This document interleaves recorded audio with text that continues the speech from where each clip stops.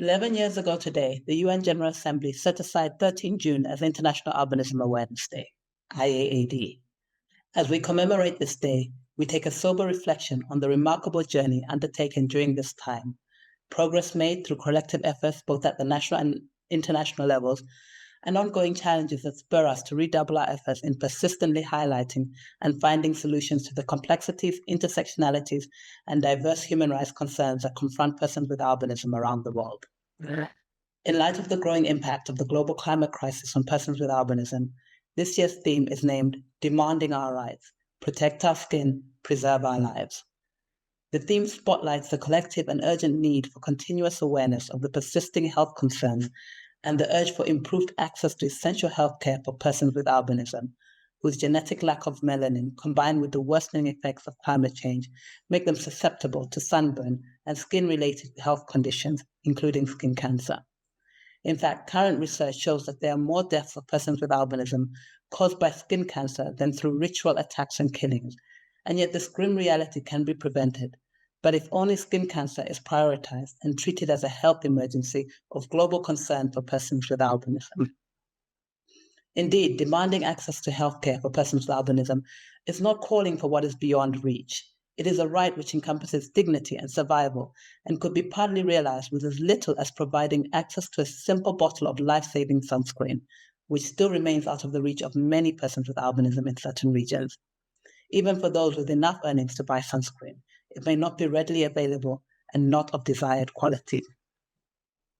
In the implementation of my mandate, I have engaged and interacted with people and communities and undertaken country visits across continents.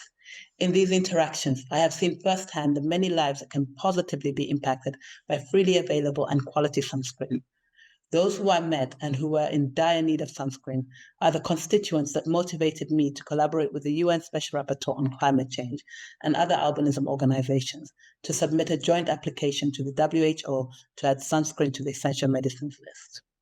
While we await a decision on this process, I reiterate my call on governments to make the necessary legislative and policy changes to ensure availability of sunscreen on national essential medicines lists.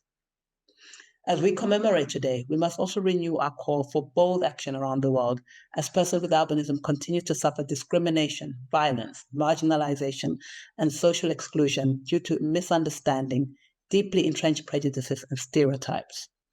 Persons with albinism also face significant barriers restricting their participation in society on an equal basis with others and preventing them from realizing basic rights such as the right to physical and mental health, right to education, as well as access to social services, legal protection, and redress for rights abuses. Socioeconomic disparities, including limited employment opportunities in the formal and informal sectors, have been part of the daily struggles of persons with albinism.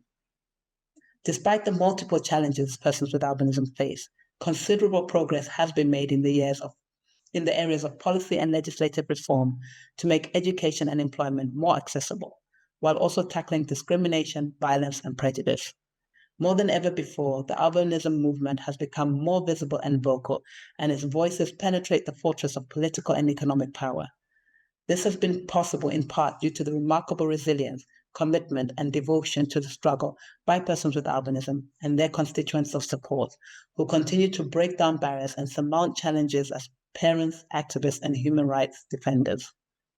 So in commemorating this day, I encourage each and every one of you to continue to strive toward a goal of improving the human rights situation of persons with albinism, and thereby helping create a world where the rights and dignity of all is a primary focus rather than an afterthought. In this regard, we must underline the significant positive impact that collective efforts and deeper partnerships can play in realizing this goal. With dedication, continued advocacy, and a unified front, we can create a better world for persons with albinism to live in peace, freedom, and dignity.